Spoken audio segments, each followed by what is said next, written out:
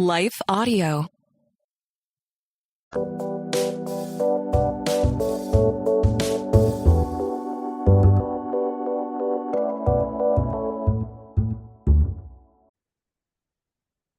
Hello, everybody. Welcome back to another episode of Sparkle Speak. I'm your host, Catherine.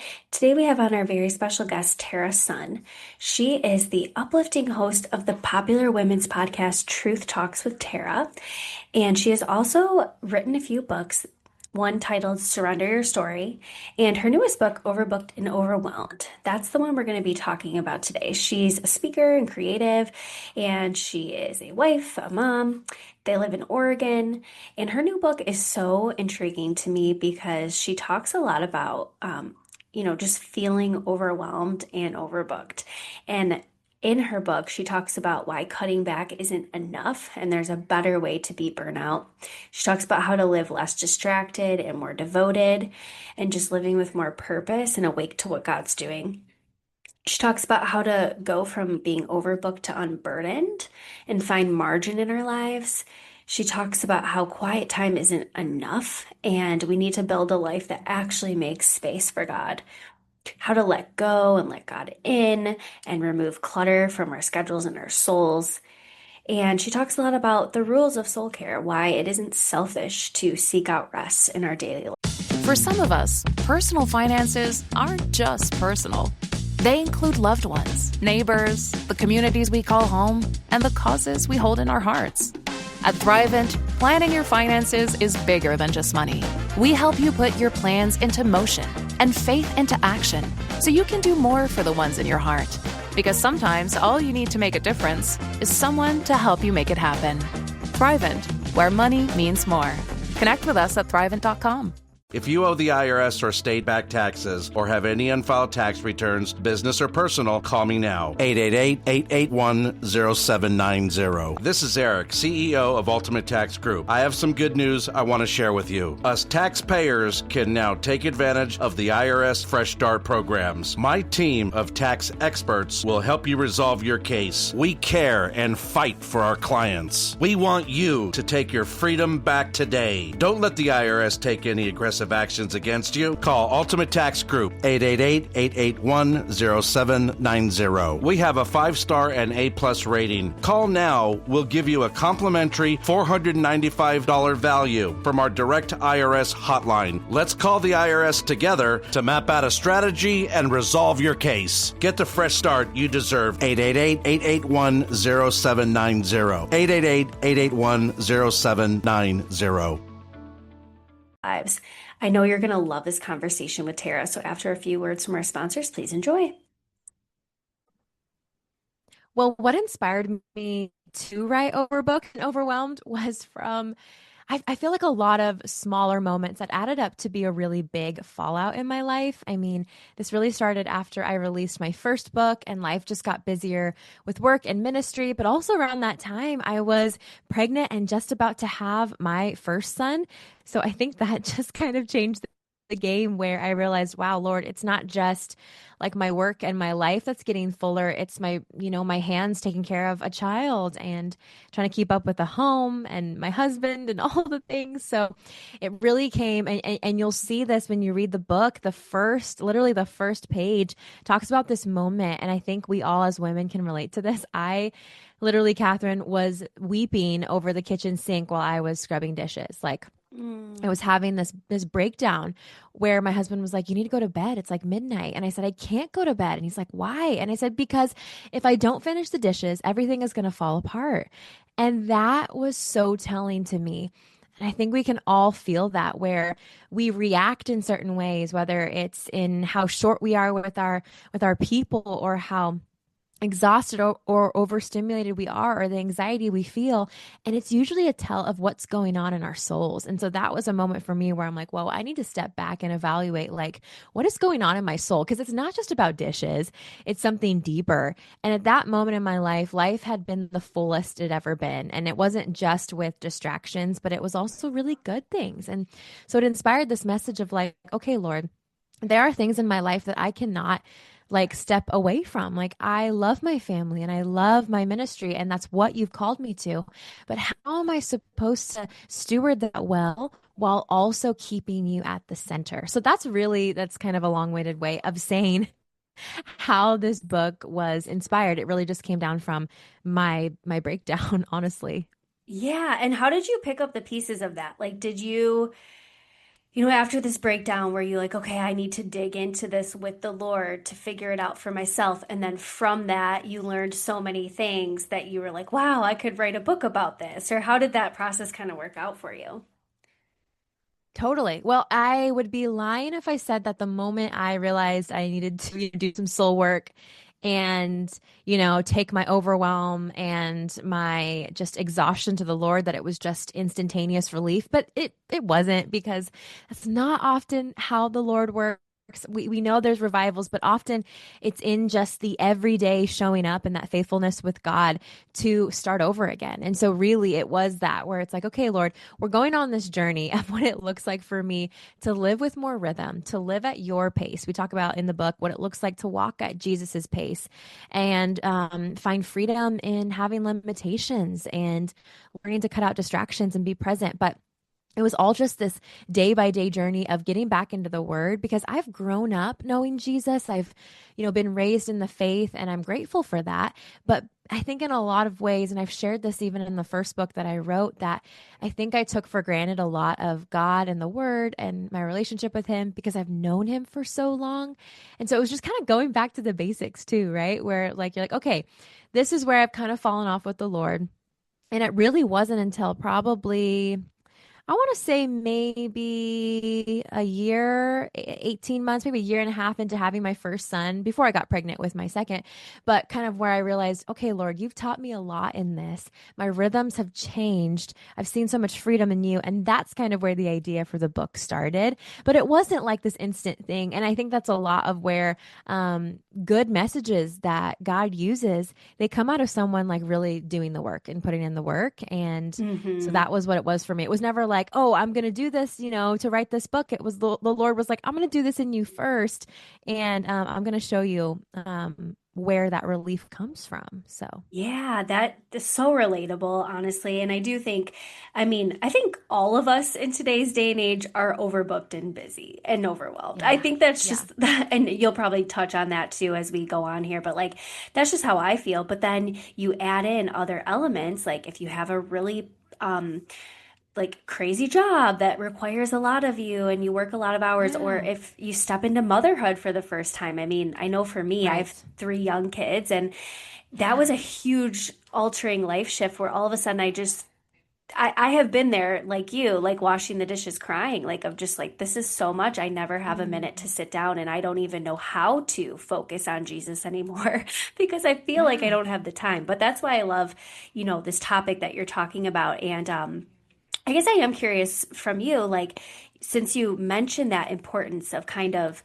refocusing your life on what truly matters, which is, our relationship with the Lord, what like strategies or truths could you recommend for someone to make those changes, especially when we all have those like important, pressing things we need to do each day, like I said, with our jobs or our kids or whatever it Hmm. is?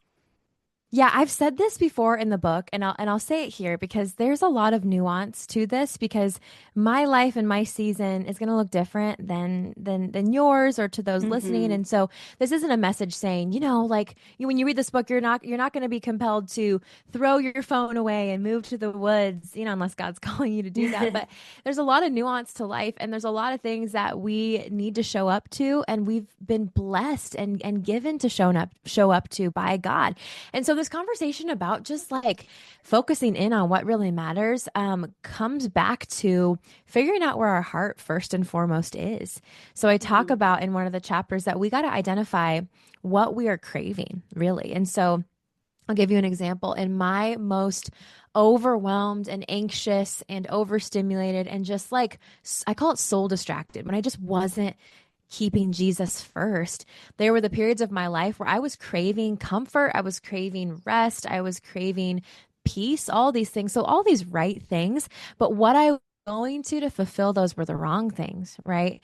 So I was going to, like scroll social media for hours, or looking for just very temporary life hacks, if you'd call them, to fulfill that need. And although they soothe temporarily, they don't really soothe the soul's truest needs. And so my first thing I would say to someone listening that's like, hey, I want to refocus on what matters is like identifying what you are really desiring in this season. Are you burnt out? Do you need rest? How are you looking for rest currently? And then how instead can we look to Jesus and find his rest in his word and regular communion with him, et cetera, et cetera. And then the next thing I would encourage someone to do is to look at their distractions. And again, I am going to say this because I think you understand is that there are good distractions and there's also bad distractions. Distractions are really just anything taking your focus off of one thing onto another. And so I will say this is that sometimes my kids can be a distraction. They are a good thing, right? They are a good thing to put my focus on. But sometimes, right, we can let anything be a distraction away from Jesus. Now, I'm not saying to like not take care of your kids and I'm not saying that in a bad way, but I'm just saying like we need to look at what we are filling our time with. If we're saying, I don't have any time for Jesus, his word, prayer, and if we're looking at our schedule and we don't have any margin, right? Not even 5 or 10 minutes in a day to give to the word, to give to time in prayer, to give even to ourselves in silence, to take a rest, whatever that looks like for us, then we're missing it. I mean, I think often all of us say that, right? Where we're like, I don't have any time.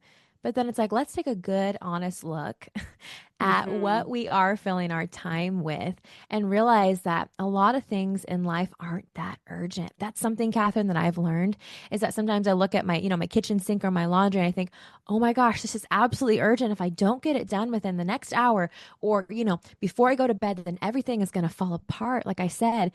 But what I started to realize is there are situations and moments where that needs to be done. But then there's other moments where all I need to do and all that the Lord is compelling me to do is to sit in his word or sit with my kids and just play with them. Just laugh, just be silent, listen to music, listen to an audiobook, listen to the audio Bible, do something with them, with people. And so I just think like really realizing that what's the most urgent is really keeping in step with what Jesus wants. And often that is minute by minute and determining, Lord, what do you want for me in this moment? Instead of what am I wanting in this moment? That's so good. I really love that. And I know you talk a lot about the concept too of like having the abundant life versus the overcommitted life. And I would be curious, like, if we look at this margin, like you were just suggesting, and we say, okay, clearly I'm overcommitted, like I don't have any time. How would we move from that to having a more abundant life that's less busy but more fulfilling? This is such a sweet question, and honestly, one that I am still asking myself. Like I literally wrote a book on this, but I am constantly reevaluating every day, right? Because life is very seasonal, right? Where it's like some seasons are more busy than others, and there's also so much grace in that. And you'll see that in the book. There's so much grace wrapped in this message because there's going to be days where you feel like you're killing it and you have a good rhythm, and it's just in a sustainable pace. And there's going to be other days where you're like, I am exhausted and I, totally botched that. One thing that was really interesting, and I'm such a nerd when it comes to looking up definitions of words, whether it's in the Greek or the Hebrew in the Bible or just in general. And when we're talking about this abundant life, it really inspired me from John 10:10, which talks about that abundant life that Jesus came to give. Other versions, it says the full life and life to the full. And I looked up the definition of the word full, and there's 2 different definitions for the word, but they're in opposition, which I thought was so interesting. And so the first definition is having no empty space. And the second one is abundant or well supplied. And so I was thinking about my life like that. And I'm like, okay, am I living with no empty space for Jesus? Or am I living in the abundant, well supplied presence of Jesus? Right. And I think we often, mistake the abundant life for the overcommitted life, right? We think, oh, to be all in for Jesus, I need to be constantly doing something, being something, achieving something. So I think this conversation of creating that, I think is just to realize our limitations as well. There's a chapter that I loved, but it was really hard to write in the book. And it was about limitations. It was about the power of your yes and your no. Is that when you are giving your yes to something, you're also giving your no to something. But vice versa, when you're saying no to something, you're saying yes to something else. And I talk about the story of Nehemiah in the Bible, where he was very intentional and on mission for what God had him to do, which was rebuild the walls. And he came up against distraction. He came up against people that didn't understand him. He came up against people who wanted him to not finish his work. He came up against, just so many obstacles. But what he kept his eye on was what he had in front of him. And he showed us that through the power of his yes, giving God his yes, there were some things that he had to say no to. So I think that's something that we need to realize too, is that I think no is such a bad word especially in Christian culture. Sometimes we feel like we always have to say yes, always pouring out. But to remember that when you say no to something that God wants you to say no to, he gives you more margin for him, more margin for your people, more margin for yourself to be rested, to be filled up and then sent out by him. So I think it's learning and being very realistic with our limitations. And I say this in the book too, that limitations, if we let them, can be liberating because they lead us into our most intentional yeses and nos. And when we're saying yes to so many things, we go at this hurried pace that can so often miss Jesus, where Jesus is always with us, right? But I think our pace of life, when we're going, can often obscure the view of reality that Jesus is with us always, but we're running so fast, kind of like in a car, right? When everything around you is distorted, when you're going 80 miles an hour or whatever. The reality is that Jesus is there, but our pace and maybe us saying too many yeses to certain things is distorting our opportunity to be with him. I love that. Yeah. And it made me think, as you were talking, I think sometimes in my life, and I don't know if this is a healthy thing or not, but sometimes if I do feel like it's just, there's way too much going on, we're moving way too fast. Like we've got Yeah. all these, activities for the kids, and I've got commitments with church or whatever it is, and it's just too Yeah. much. I tend to just scrap everything, completely clear the schedule, and then start over and rebuild. Yeah. And then Yeah. slowly add things back in because I'm just it's too much. And I don't know if that's, good or bad, but when I look at kind of how my life has unfolded, that's usually how I go Yeah. about it. Yeah. And, Well, I mean, and there's a lot of wisdom to that, right? Because sometimes we need that reset, mhm. and there's not always a specific formula. And especially when you have kids, when you have a lot of other people depending on you, it's you know what? We got to think outside of the box sometimes. And so I even this morning was looking at my calendar. I'm like, okay, we have a crazy couple weeks. How then the next week we just be totally open and available to what God Mhm. may have, but also just really restful and really intentional about that, right? I think that's really wise. Yeah, very wise. And it reminds me a lot because I know in the book you talk about walking at the pace of Jesus, like you mentioned earlier Yeah. too. Can you tell us what you learned about what that pace is? Because that's something I've looked at too, and I think it's such a perfect model for how we should be doing our daily life, even. Yeah. Okay, this chapter was so fun in a challenging way because I've always been such a go, go, go getter. I mean, I used to hate to rest. I used to hate anything that resembled being slow. It was really a struggle for me. And I think even as a mom, just feeling oh my gosh, it feels like there's less amount of time in a day. And even if you're not a mom, again, this message is for everyone. We're all strapped with a million things. But when I was researching Jesus's life, I mean, when you think about just how we're supposed to live in general, we know Jesus is the ultimate example. And I think sometimes as Christians, though, we look at him and we say, oh, well, he was perfect, which he was. But it's how could we possibly live up to that standard? And something that I have to remember is that Jesus was fully God and fully man. So if we look at Jesus's life, which we talk about walking at his speed, giving more of a rhythmic, less rushed way of life. I mean, we're well, Jesus was perfect, he didn't understand this. No, Jesus was tempted in every single way that we were and we are, as scripture tells us. What we see about Jesus's life is that he had the greatest purpose in the world, right? He was sent by God to be our salvation, to live a sinless life, to share about the good news, to die on the cross and rise again, right? That was his whole mission. But what he did before that was intentional. He spent time preaching to thousands of people. He traveled, he served, he healed, he did all of these things.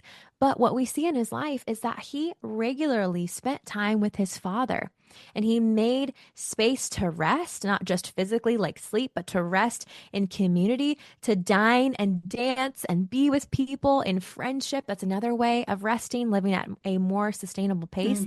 And Hmm. so we see that played out in Jesus's life. And I love that reminder that Jesus, like before he went out in the morning, there's a part in the book where we talk about what Jesus's day looked like before he went out, before he did all the things that he had. He spent time with the Father in prayer because he knew he needed to be filled up before going out. And then there's another part that we look at, like during the day, in the middle of what he was doing, after preaching to thousands of people, he retreated. He got away even for a moment to recalibrate, reconnect with his Father.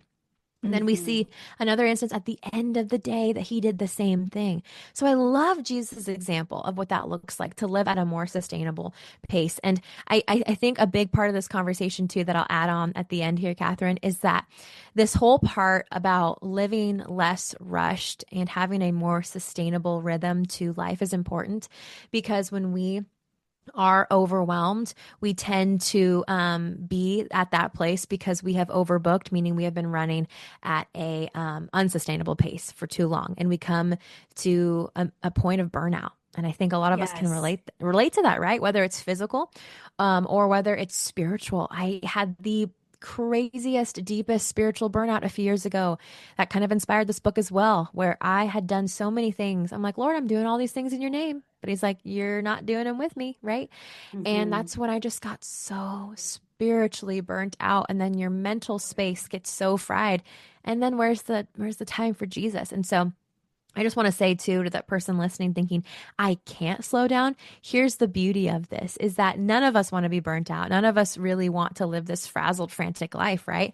When we learn to live at a more rhythmic pace, which gives us grace to go faster in some seasons, right? And slower in some seasons. There's grace there. But when we learn to live at that pace, the seasons of that extreme burnout are going to be less rare because we are living at a little bit more of a doable pace. And I think that gives me a lot Hmm. of a lot of freedom and hope, you know? Yes, I think that's the key too. Because, like, when I mentioned that when I get to the seasons of burnout, I just strip everything out and then rebuild. And I would like Hmm. to not do that anymore. Like, I don't want to get to that point. So I need to be better Yeah. at, walking at that pace of Jesus, like you said, where it's the daily rhythms of stepping Yeah. back, pulling back, filling up with Him, and then pouring out. And it's a lot. I think we need to be doing that a lot more often than our society and our culture sets us up Yeah. to do that. Yeah. Yeah. Well, I think even like just super practical, like, okay, I mean, there's a tiny section in that chapter. I could have written a whole chapter on this, but just about like stop being stubborn about Sabbath, right? Like I'm not saying to get an hour of nap every day because maybe that's not possible for you. That'd be great if so, but like even just being realistic about, you know what, I'm going to take one day this week, whether it's Saturday, Sunday, like I don't, again, everyone's schedule is different, but making that day where you like maybe log out completely or log out a little bit of your phone, where you're not doing any work, where you're with your people, where you're doing something that refills you with rest. Like, and rest looks different for everyone, right? Whether that's actually napping or going out with friends or spending a day in the backyard with your family or working out, going on a walk. Like, what refills you with that rest? But I think so much of us think that like we just have to make rest this one thing when God gives us the beauty to figure out what that looks like for us. And even if it's just that one day of the week. I mean, I was talking to a friend the other day and she's like, "We're busy every single day of the week and I am exhausted." I'm like, "It's because you're busy every single day of the week." Like, Hmm. I'm like be intentional about that one day. And I'm even just Sabbath reminds us in scripture in the Old Testament and the New Testament that Sabbath isn't just a time for our bodies to rest, but also for our spirit and our minds to rest, knowing that I can take a step back and realize that the world is still going to keep spinning because God has it. And that was woven Hmm. into creation too. I think that's a big part of this conversation. We feel like we can't let anyone down, but God Hmm. needs us to trust him with that. And when we do, we'll realize, oh yeah, he does, you know? Yeah, I think that's awesome. And it's kind of making me think like when you mentioned Sabbath too, and maybe we can camp out on just, our shared commonality of having little kids. We both have young kids and Yeah, um, yeah. you know, it, the pressure doesn't stop to get things done around the house. The laundry, the Right. dishes, the making the meals, it's Yeah. just constant overstimulation and exhaustion sometimes. And so, do you have any tips for people in that situation, whether they're like taking care of someone who's maybe a little more dependent on them, or maybe little ones who just can't give you the space when you're asking for it? Like, what would be Yeah. some of your advice if someone finds themselves in that situation? Oh, I'm with you. I'm so with you. It's funny because when I just had one and he was a toddler, it's still crazy, and my toddler has this crazy amount of energy, but I feel like we got into a good rhythm. And then I got pregnant and had my second, and I'm like, oh wait, like your guys' needs are so different. There's different Hmm. schedules. There's different, attention needs and all the things. And so I'm just relearning this as well. But I think one of the very practical, like let's get like very nitty gritty and then we'll zoom out for a moment. But actually, someone that I follow on Instagram, she shared this. She said, "You are always somewhere in the cycle of laundry and dishes and dinner making and any of the household things." And I'm like, wait, that's really, really actually helpful because when we realize that, like, we're never, okay, this sounds like depressing, but it's not. Like, stick with me for a second. Like, we're always in the process of laundry, it never ends. And we're always in the process of feeding ourselves and our families. So I think just realizing that and realizing, like, okay, I don't have to like put so much pressure on myself to complete it today because I'm always in the process. Because every Hmm. day we're going to have to do it little by little, right? So I think that's Yes. just a freedom to realize that some of those things don't need to be done today or don't need to be Hmm. completed because let's be honest, they're going to restart tomorrow. And so just Right. doing, right, just doing what you can today with the energy that you have. And then I think when it comes to, especially with those little kids or maybe you're a caregiver, maybe you're taking care of your parents or whatever this looks like, just like having some people that really depend on you. And there's not a lot of moments. I would just say finding Jesus in those moments. And when you are in the middle of a baby crawling all over you, needing to eat, or someone crying, or someone that won't let you set them down for a nap, and you just feel like you can't get away, I would just encourage you to take a very practical big deep breath, relax your shoulders, unclench your jaw, maybe unclench those fists, and take a moment to pause with Jesus and just be with him and remember that he is with you. Because I think so much we want to escape to a completely silent and picturesque moment, which I pray that you can find for yourself Hmm. and you need. But I think so much we are looking for that perfect serene situation when Jesus is like, you know what, I'm right here and I see you. I think that's a big conversation of this message too, is that we are doing so much because I think we want to be seen. We want to be acknowledged. And where we have to realize, hey, I got to slow down so I can see that Jesus is with me and Jesus Hmm. is for me. And I can still have a moment of rest, even if that doesn't look like me getting to close my eyes and have a moment in silence. Like I can steady my soul in Jesus. And I can also invite my littles into that moment, right? Like I can Hmm. also use this as a moment to teach them what it looks like for mama to be like at her wit's end. Maybe you're crying, but say, you know what? Let's pray. Like mama needs this moment. Let's talk to Jesus. Let's listen to an audio Bible. Let's listen to some worship music. Let's just have this moment and realizing that your life goes beyond so much more than you. And especially for the moms of littles that they're watching. And so realizing that like even in your weakness, that is an incredible moment to teach your kids about turning to Jesus for that rest. Yes, I think that's so, so beautiful. As you were talking to when you mentioned, it might not always look like being in this serene, quiet place. It made me think of, I had a friend one time who told me that when she's talking to Jesus, she actually pictures herself standing around a bonfire with him. That's so And cool. yeah, so she said she literally does go to her secret place, like her secret quiet place with him in her Wow. mind. And I was like, so as you were saying that, that just popped into my head, and I was like, maybe that would be helpful because I should start trying that. And then I Yes. also Yeah. thought of when Paul in Philippians, he talks about, being content in all circumstances. That's been something that I feel like the Lord's really been putting on my heart in terms of this topic. Like, I'll read it real quick. It says, I've learned to be content whatever the circumstances. I know what it is to be in need, and I know what it is to have plenty. I've learned the secret of being content in any and every situation, whether well fed or hungry, whether living in plenty or in want. I can do all this through him who gives me strength. And I know that, typically we think of this verse in terms of having things, right? Or physical possessions or Yeah. whatever it is. But I think this can apply to rest too. Like just learning to feel content regardless of what's going on around us and the Yeah. stimulation that's going around. Yeah, So that for just sure. popped Because into my head. no, that is so good. I love your perspective on that. I think it's really true because unfortunately, I mean, there may be seasons where, you're less overstimulated, right? Like maybe you have littles, but then, in 10 or 15 years when they're out of the house, that's going to be different. But like there's always going to be something, right?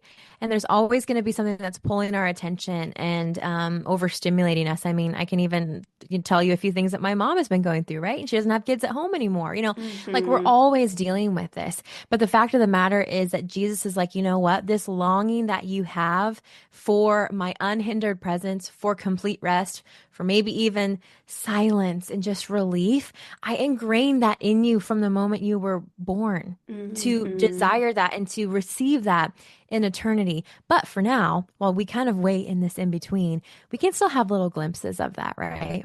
Love that. Yeah, that's so true. And then I guess this is my last question I have for you, but this is a Yeah. really important one, I think. And I was really trying to think about this, in preparation for our talk. But Hmm. so I know that a lot of people, they might be feeling this and they might be like nodding their head and like, yes, yes, I'm ready to, change things and refocus and create margin and space.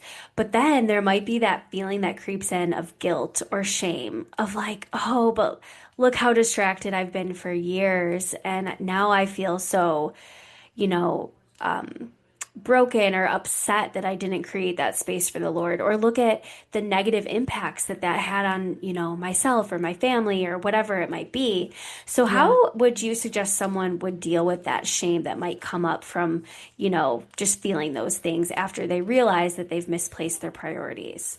I love that you asked this because I've done interviews for this book and there's a section of talking about shame and no one's asked me this yet. And so I'm so excited about it Oh, because good. I constantly have this feeling though. And so it is a process of like reminding yourself of this truth. But I do want to remind everyone listening, if you feel like Tara, Catherine, like I don't know how you're asking me to do this because I feel like I just keep trying and I keep failing.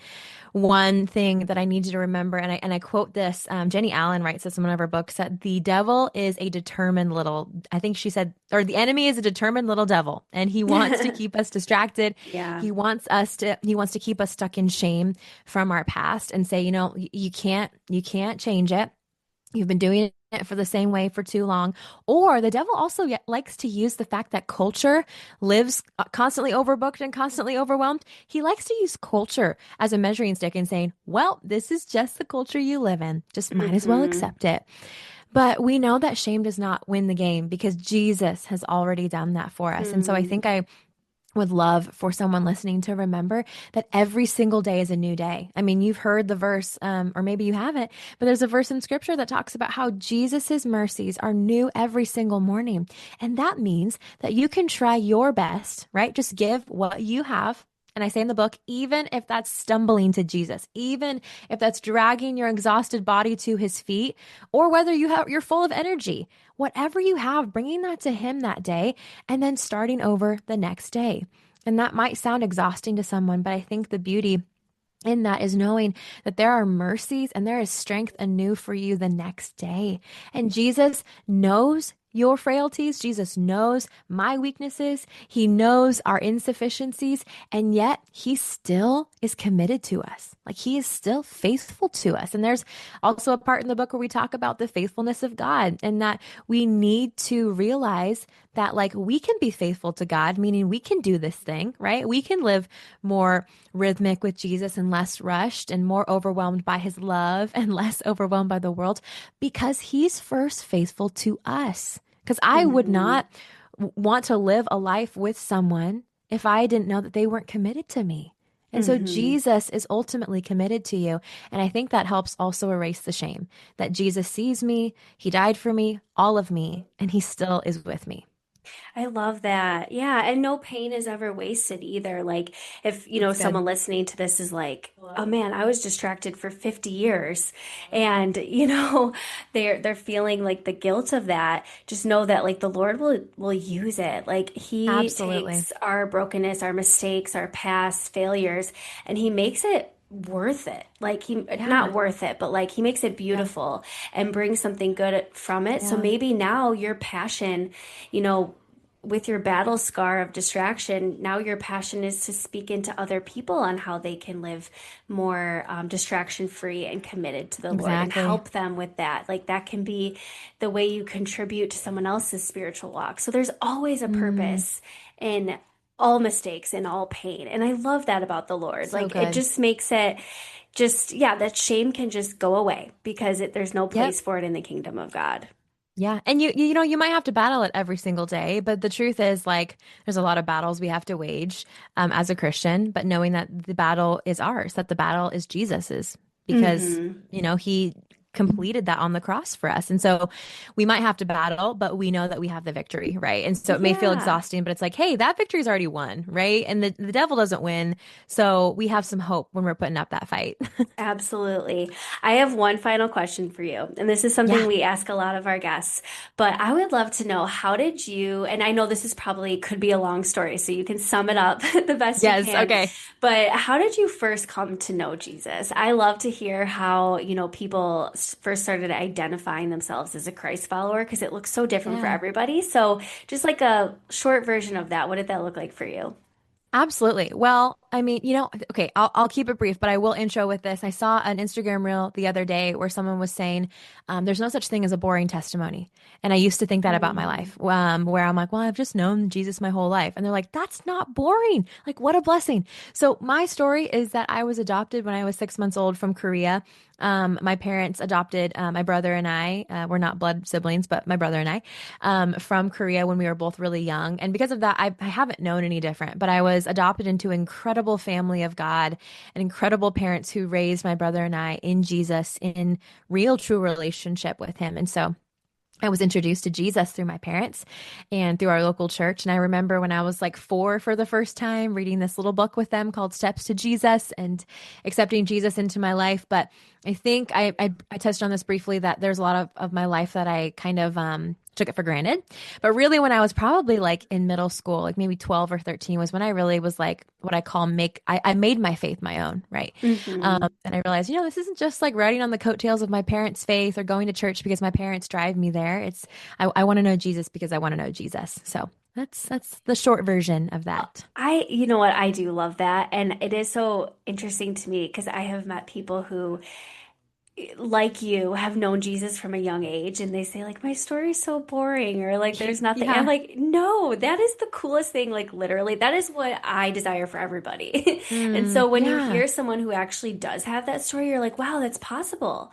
And it actually Right. gives you a lot of Right. hope. Like, in raising my own kids, I'm like, I hope that's their story, and Yeah. I'm gonna Yeah. pray for that because I've seen it in people like you where that can be true. And I'm sure you've had Absolutely. your struggles, your ups and downs, your questions, all of that stuff. We all do, Yeah. Yeah. but it is so beautiful. So thank you for sharing that.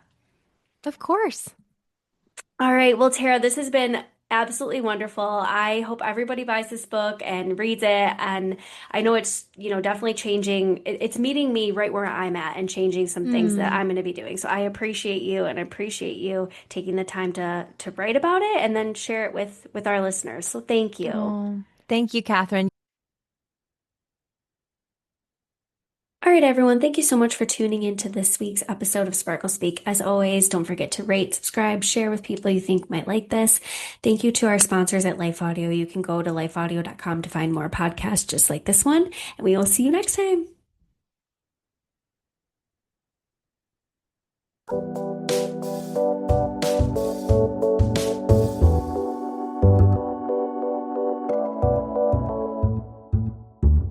Has fear stolen your peace?